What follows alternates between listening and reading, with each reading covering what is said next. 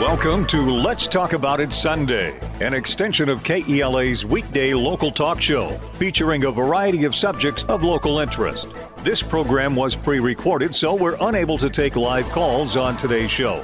And now, let's talk about it. Welcome to Let's Talk About It Sunday. I'm your host, Peter Abbarno, here on KELA AM 1470 and KMNT 104.3. I have a really good guest today, the founder of the Conservative Ladies of Washington, a really important organization that you may have heard of. And if you haven't, you're definitely going to want to look them up after this show. Julie Barrett is on the line, and she's going to talk a little bit about the organization and what they stand for and what they're advocating for. So, Julie, welcome to the show. Well, thanks for having me, Peter. I'm excited to chat with you today. Yeah, so how did you come up with the Conservative Ladies of Washington? Because you are the founder and president. So what was the reasoning for the creation? Well, it kind of happened on accident.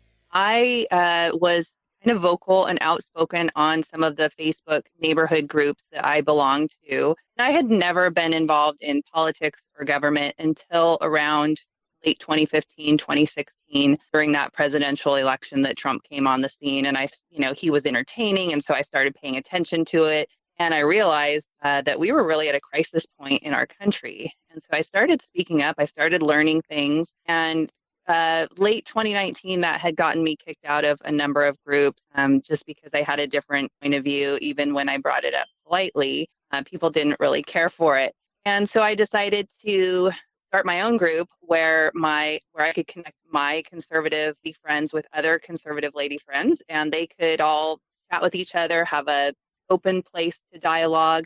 They could, meet up for coffee or happy hour. It was really all I intended it to be. And then COVID hit months after I started the group, and we expanded by hundreds of people. And then the summer of 2020 and George Floyd and Chaz Chop and all the rioting, and we grew to thousands. I started sharing it was really important to me that this wasn't just another Facebook group where people were sharing memes and just random political content. I wanted it to be a place where people could learn. I wanted it to be a resource, and I wanted it to be helpful to people so that people could take action on some of the things that we were dealing with.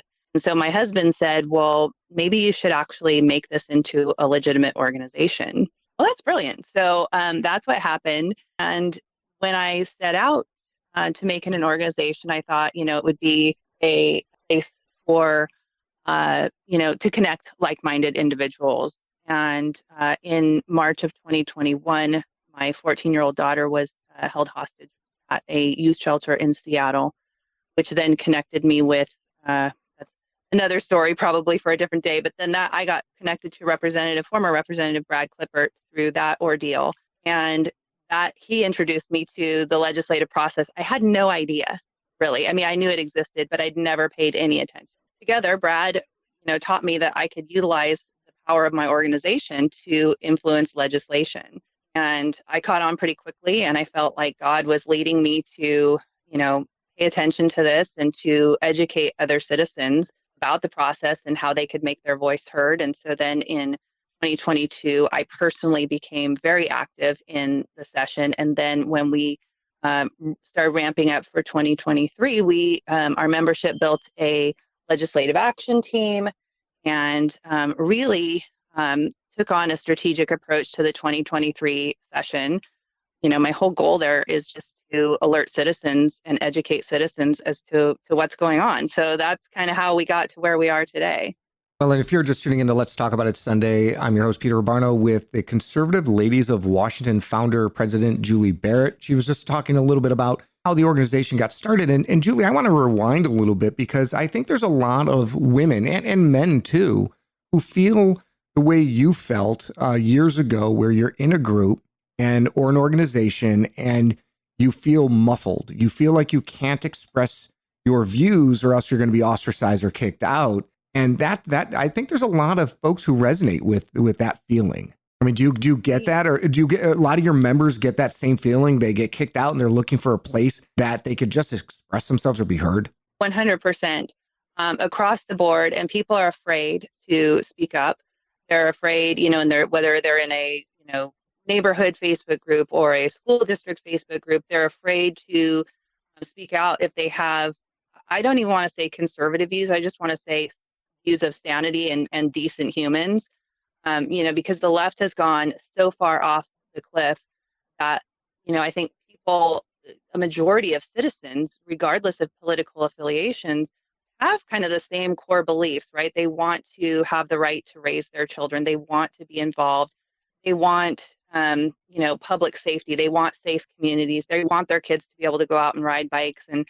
And so, it has been over politicized, but I think if you look overall, most of us feel the same way, but you get shut down if you speak up about it, especially, in a place like Washington State, where it is so deep blue. And if you have sort of a conservative viewpoint, you get shut down. And so people are absolutely looking for an outlet where they didn't feel alone and where they felt like they could speak up. And so one of the things that we have really worked to do is empower people to use their voices and not be afraid to speak up, because as being a legislator yourself, that it is our silence that has gotten us to where we are today. Well, and you're absolutely right. There are so many examples around even my own community where something will happen.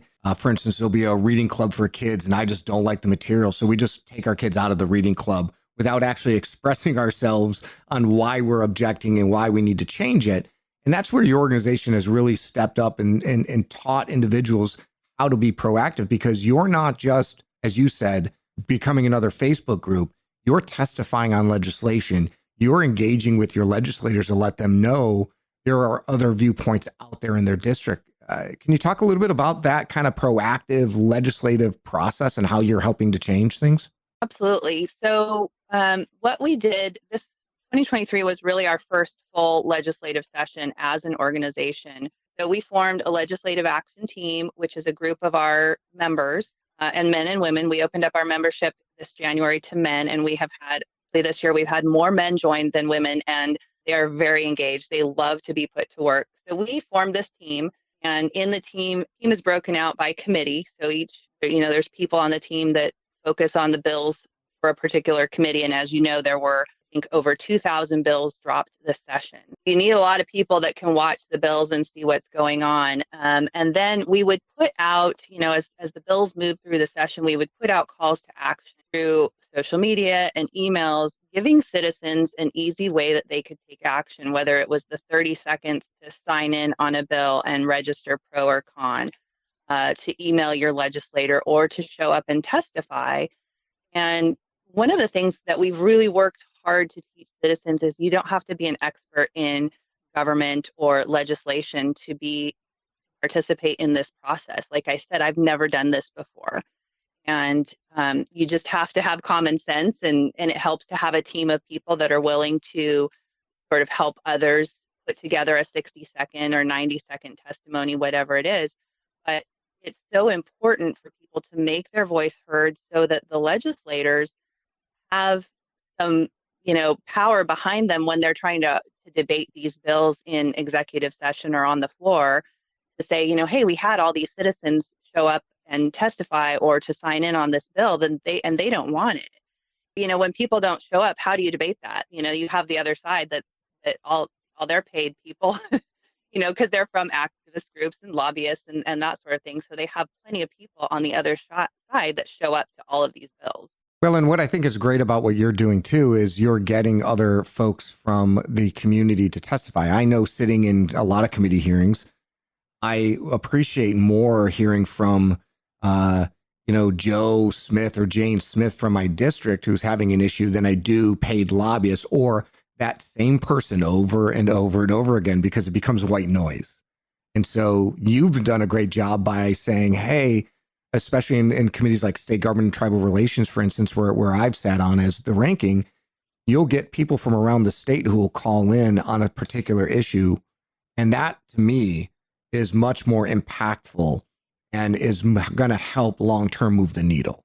Yes, and citizens need to understand that they have as much power, they have equal power as these paid lobbyists or these, special interest groups that go and testify. Everybody, and some of those people are not even voters in our state, right? So you have a citizen from, let's say, Republic Washington, who sits in an education and talking about an education bill that impacts her 4 children.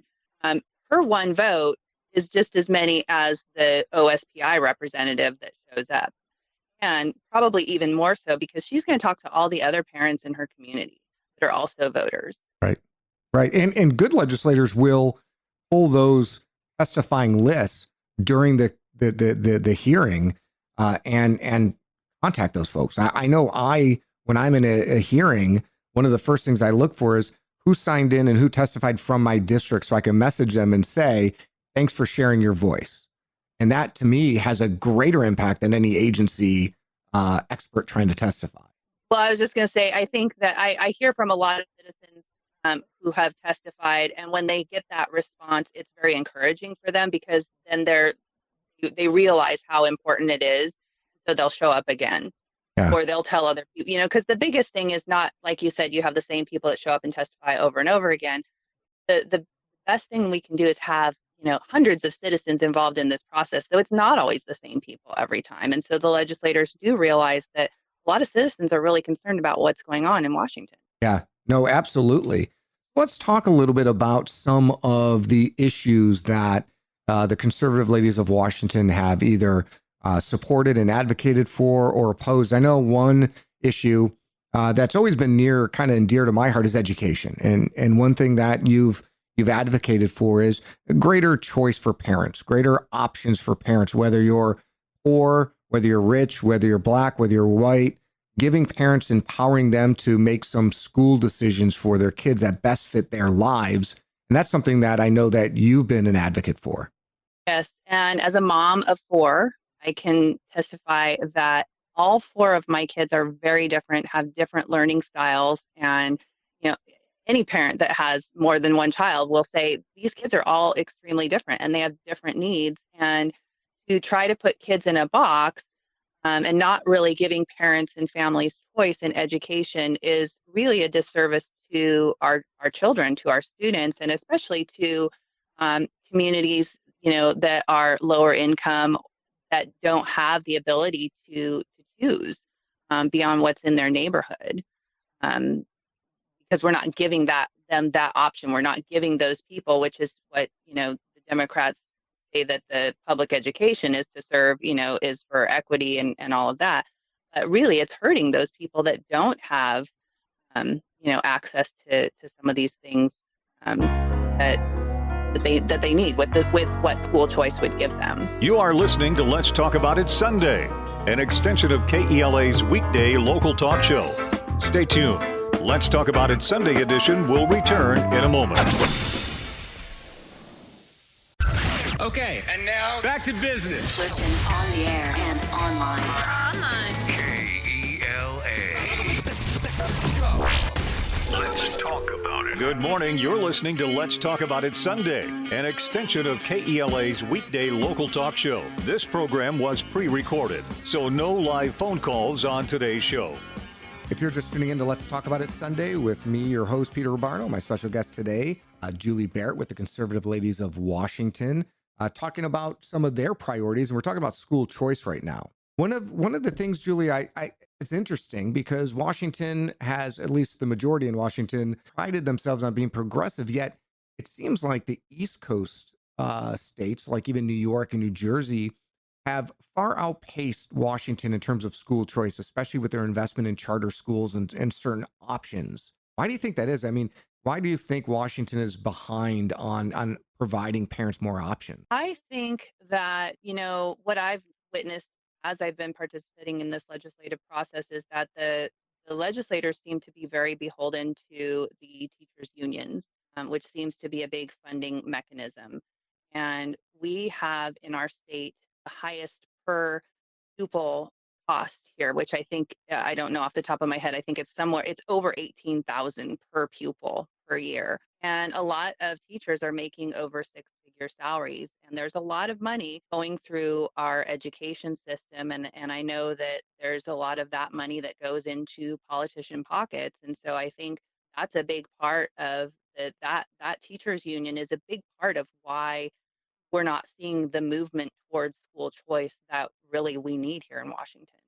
Right. And to that extent, parental decision-making and rights, because a lot of the school choice is empowering parents to work with their own children to say what's best. I mean, parents know what's best for their kids. and how they learn. You just said it yourself. 4 kids, they all learn differently. I have 2 kids. I know for a fact that one would be fine in a brick and mortar, and one struggles a little bit, is a different kind of learner. And so knowing that would give parents a greater option to make sure that they optimize the educational experience. You kind of touched on that piece of parental choice. And if you kind of go down the rabbit hole into some of the, parental choice legislation over the last few years, like the 2019, I want to say it's Senate Bill 5689, which was the Gender Inclusive Schools Bill, that has schools keeping confidential information from parents about their child's quote, gender identity and the pronouns that they're using and all of that. And so when you tie that into some of the other legislation that has come after that, is the part of the reason they don't want to allow school choices because they want to have that control over the children. It is something that I've argued against over and over again, and you know that because you're really well involved in the legislative process, is the fact that parents are losing rights more and more in terms of the fundamental right of care, custody, and control of their children. And the state is trying to, like you said, make sure that their parents are not involved in these types of decision making when there is no evidence of like abuse or neglect or even approval. I mean, a parent might say, I don't really care if my kid says he or she or him or her, but I'd like to know because it helps us build a stronger family, and the state kind of takes that away. Yeah, they're not even given the opportunity. Right. And even locally, just recently, I know that there was an issue with one of the libraries saying, here's these books on LGBTQ, and that's fine if you want to read those books. But then it says you don't have to share your reading list or your library card with your parents at any age. That kind of weakens the family structure, not strengthens. I mean, maybe not every parent's going to be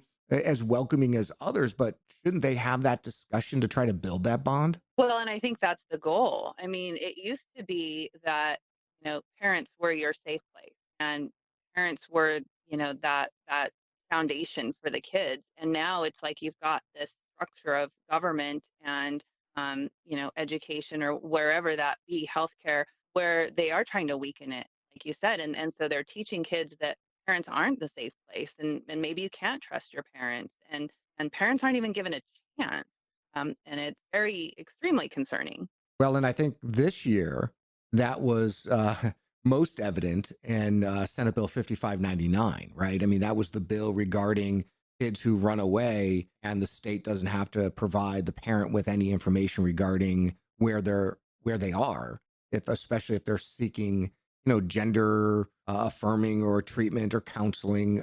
So a kid can run away and a parent and the police can be searching for them and the state knows where they are, but they don't say anything. I mean, that to me is the worst kind of legislation in terms of if we are trying to turn the corner on building strong families. Yes, it is definitely the most egregious bill that I have seen on parental rights. And as I mentioned earlier, we had our daughter was in a youth shelter. She was actually sent there from Seattle Children's Hospital back in 2021. And the hospital did notify me that she was going there, but I didn't. They said, she's 14, so she gets to choose this for herself, but we do have to notify you.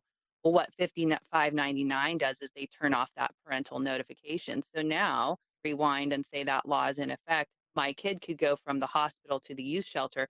I don't even know where my kid is. Who pays for the search in the forest when you think your child may be hurt, injured, or even worse? Right. And that brings up the point of who's paying for the youth shelter and the gender affirming care or the abortion that your kid is getting while they're, having these protected services. So the taxpayer is paying for this on every side. And they're going to pay for it long term, right? And I've made this reference often because I think it's so true, is that, there's those uncomfortable conversations you have with your kids. It may be the birds and the bees conversation. It's within those uncomfortable conversations, though, that you build trust and you build a bond between a parent and a child to make sure they know they can rely on you and trust you. So if the state takes that away, now you're weakening families and you're setting up the next future family with a lack of trust and a lack of that type of bonding.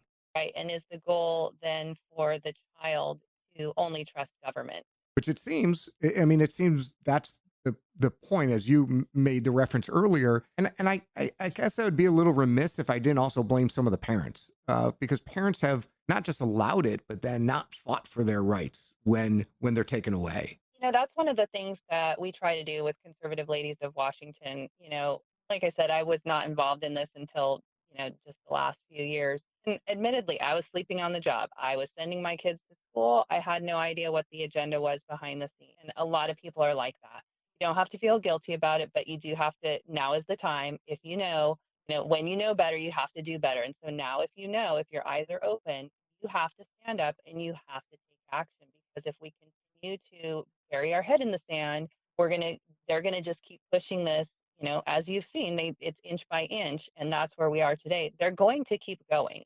Well, especially in a state that's had, multiple generations of one party rule, they feel emboldened and empowered to just continue to push it forward until folks like you, not just rural, but suburban and even urban, say, wait, that's my kid that you're talking about. Hopefully that happens someday. Well, and the one thing that I have been telling people, going into this 2023 session, we knew it was going to be a train wreck. We knew the Democrats were going to do whatever they wanted to because they can. And so people say, well, what's the point? They're going to do what they want anyway.